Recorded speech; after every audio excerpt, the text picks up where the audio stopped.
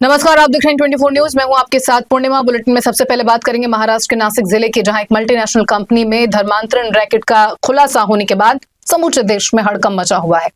जो मामला शुरुआत में महिलाओं के शोषण का लग रहा था, असल में वो देश में धर्म परिवर्तन को लेकर सबसे बड़ी साजिश की ओर इशारा कर रहा है। इसकी गंभीरता का अंदाजा इस बात से लगाया जा सकता है कि अब पुलिस की एसआईटी के अलावा देश की केंद्रीय जांच एजेंसियों ने भी मामले का संज्ञान लिया है।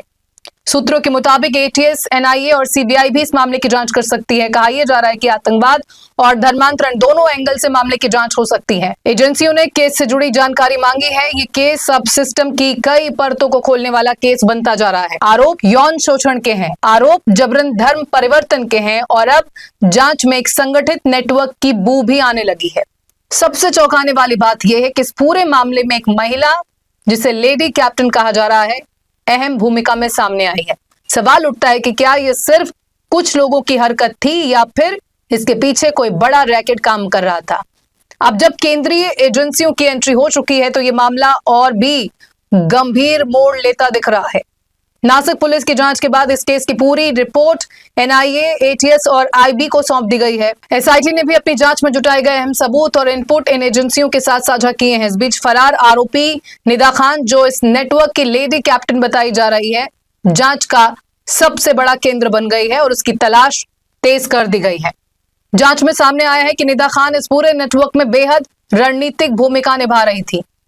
पुलिस सूत्रों के मुताबिक वो आईटी कंपनी के अंदर महिला नेटवर्क को संभालती थी और नई महिलाओं को इस जाल में फंसाने का काम करती थी।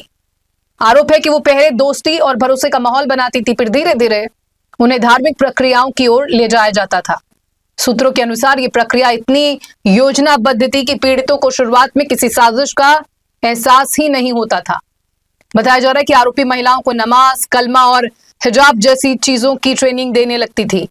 जांच एजेंसियां इस बात की भी पड़ताल कर रही हैं कि क्या ये सब किसी बड़े उद्देश्य के तहत किया जा रहा था और क्या इसके पीछे कोई संगठित गिरोह सक्रिय है। निदा खान को मुंबई के पास भिवंडी इलाके का निवासी बताया गया है। पुलिस ने कई जगह छापेमारी की, लेकिन वो अब तक गिरफ्त से बाहर है। बताया जा रहा है कि उसने जनवरी में ही कंपनी छोड़ दी थी और तब से उसका मोबाइल बंद है। पुलिस को शक है कि वो अंडरग्राउंड हो चुकी है। उसकी गिरफ्तारी से इस केस में और बड़े खुलासे हो सकते हैं। मामला बेहद संवेदनशील और गंभीर प्रकृति का है, जिसमें यौन शोषण के साथ साथ जबरन धर्म परिवर्तन जैसे आरोप शामिल हैं।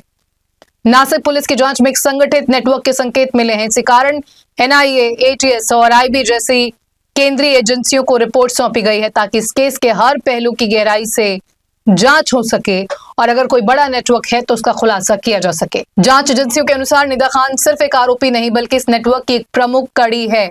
उसे लेडी कैप्टन कहा जा रहा है क्योंकि वो महिला पीड़ितों तक पहुंच बनाने और उन्हें इस नेटवर्क में शामिल करने का काम करती थी। वो भरोसा जीतकर धीरे धीरे उन्हें प्रभावित करती थी, जिससे उसकी भूमिका बेहद महत्वपूर्ण बन जाती है। नासिक पुलिस ने इस मामले में कुल 9 केस दर्ज किए हैं और गुप्त तरीके से जांच की है। 7 महिला पुलिसकर्मियों की टीम ने वेश बदलकर कंपनी के अंदर रहकर सबूत जुटाए। करीब 40 से ज्यादा सीसीटीवी फुटेज खंगाले गए और संदिग्धों को गिरफ्तार किया गया। अब फरार आरोपियों की तलाश के लिए विशेष टीमें बनाई गई हैं और लगातार छापेमारी की जा रही है। इस पूरे मामले का खुलासा भी बेहद चौंकाने वाले तरीके से हुआ। महिला पुलिसकर्मियों की टीम ने कंपनी के अंदर रहकर सबूत जुटाए और संदिग्ध गतिविधियों को रिकॉर्ड किया। इसके बाद पुलिस ने ठोस सबूतों के आधार पर कार्रवाई की। इस मामले में 9 एफआईआर दर्ज की गई है।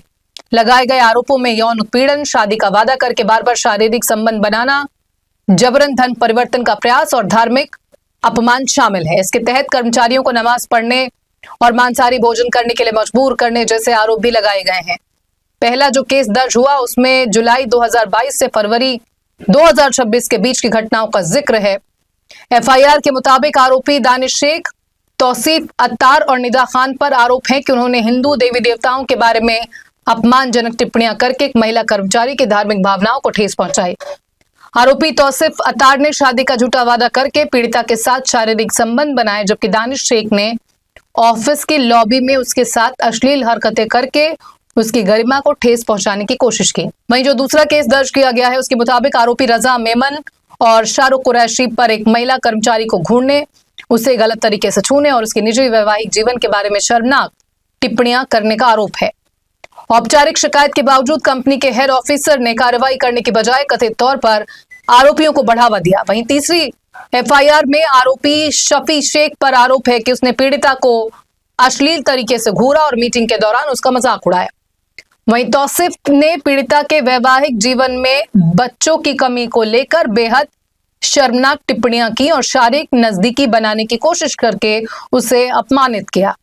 चौथे केस के मुताबिक आरोपी तौसीफ अत्तर ने पीड़िता की निजी जिंदगी के बारे में अश्लील सवाल पूछे और अश्लील इशारे किए। इसके अलावा उसने ऑफिस में अन्य हिंदू महिला कर्मचारियों की मौजूदगी में हिंदू देवी देवताओं के बारे में अपमानजनक टिप्पणियां करके धार्मिक भावनाओं को ठेस पहुंचाई। वहीं पांचवी केस की अगर बात करें तो इसके मुताबिक आरोपी तौसीफ अत्तर, दानिश शाहरुख शेख और रजा मेमन ने पीड़िता के धर्म का अपमान किया और जबरदस्ती उसे नमाज पढ़ने के लिए मजबूर किया। उसे जबरदस्ती मांसाहारी खाना खिलाकर उसका धर्म परिवर्तन कराने की कोशिश की गई और एक खास धर्म की महिलाओं के खिलाफ अश्लील भाषा का इस्तेमाल किया गया। छठी एफआईआर भी है जिसके मुताबिक आसिफ अंसारी और शफी शेख ने महिला कर्मचारी के शरीर के बारे में अश्लील टिप्पणियां की और जानबूझकर उसे गलत तरीके से छुआ। इस घटना में भी आरोपी तौसीफ अत्तर ने पीड़िता के धर्म से जुड़े देवी देवताओं के खिलाफ अपमानजनक भाषा का इस्तेमाल किया। इसके अलावा आसिफ अंसारी, शाहरुख कुरैशी, रजा मेमन, तौसीफ अत्तर और शफी शेख पर पीड़िता का पीछा करने, अश्लील टिप्पणियां करने और गलत इरादे से उसे छूने का आरोप है। आपस में मिलकर उन्होंने उसके धर्म के खिलाफ गाली गलौज वाली भाषा का इस्तेमाल करके माहौल खराब करने की कोशिश की। ये बातें सातवीं एफआईआर में दर्ज है। वहीं आठवें केस के मुताबिक आरोपी मेमन और शफी शेख ने पीड़िता की मर्जी के खिलाफ उसके साथ शारीरिक नजदीकी बनाने की कोशिश की। आरोपी शफी ने जबरदस्ती उसे प्रपोज किया जबकि रजा मेमन ने उसके शरीर के बारे में अश्लील टिप्पणियां की और उसे गलत तरीके से छूने की कोशिश की।